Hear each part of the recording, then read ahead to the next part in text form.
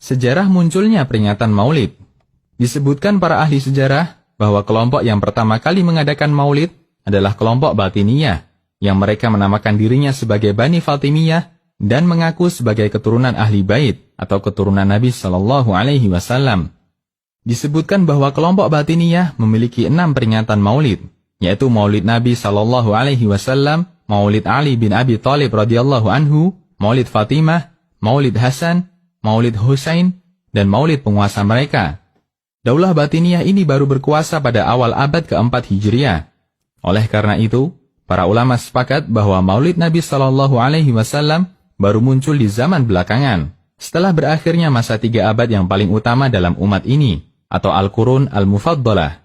Artinya, peringatan Maulid ini belum pernah ada di zaman Nabi Shallallahu Alaihi Wasallam dan para sahabat, tabi'in, dan para tabi'ut tabi'in.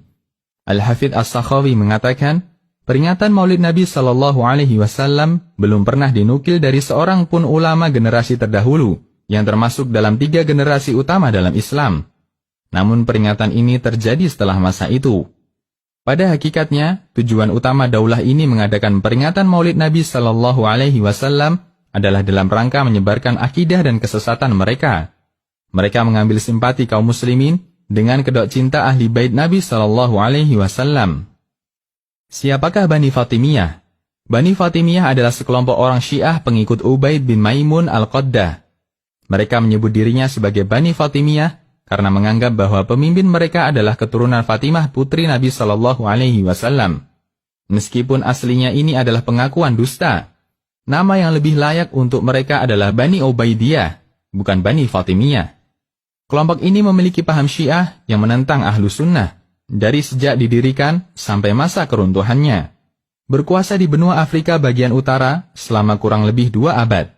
Dimulai sejak keberhasilan mereka dalam meruntuhkan Daulah Bani Rustum tahun 297 Hijriah dan diakhiri dengan keruntuhan mereka di tangan Daulah Salahuddin Al-Ayyubi pada tahun 564 Hijriah.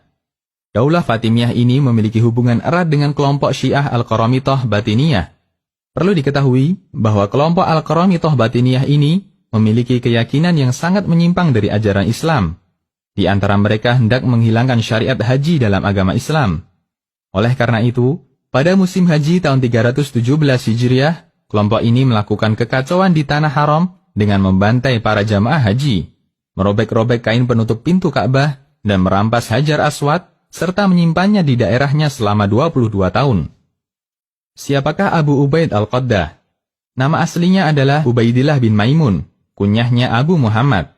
Digelari dengan Al-Qaddah yang artinya mencolok, karena orang ini suka memakai celak sehingga matanya kelihatan mencolok. Pada asalnya, dia adalah orang Yahudi yang membenci Islam dan hendak menghancurkan kaum muslimin dari dalam.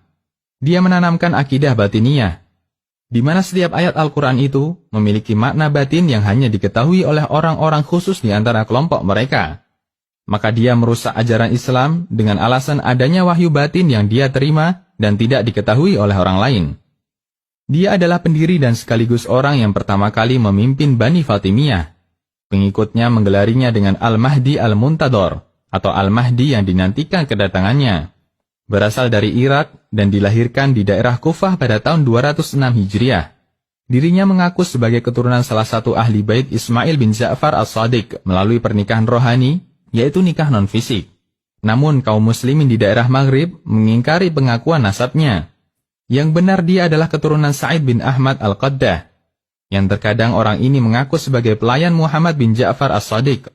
Semua ini dilakukan dalam rangka menarik simpati manusia dan mencari simpati umat.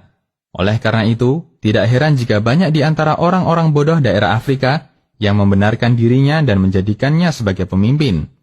Konsultasi Syariah.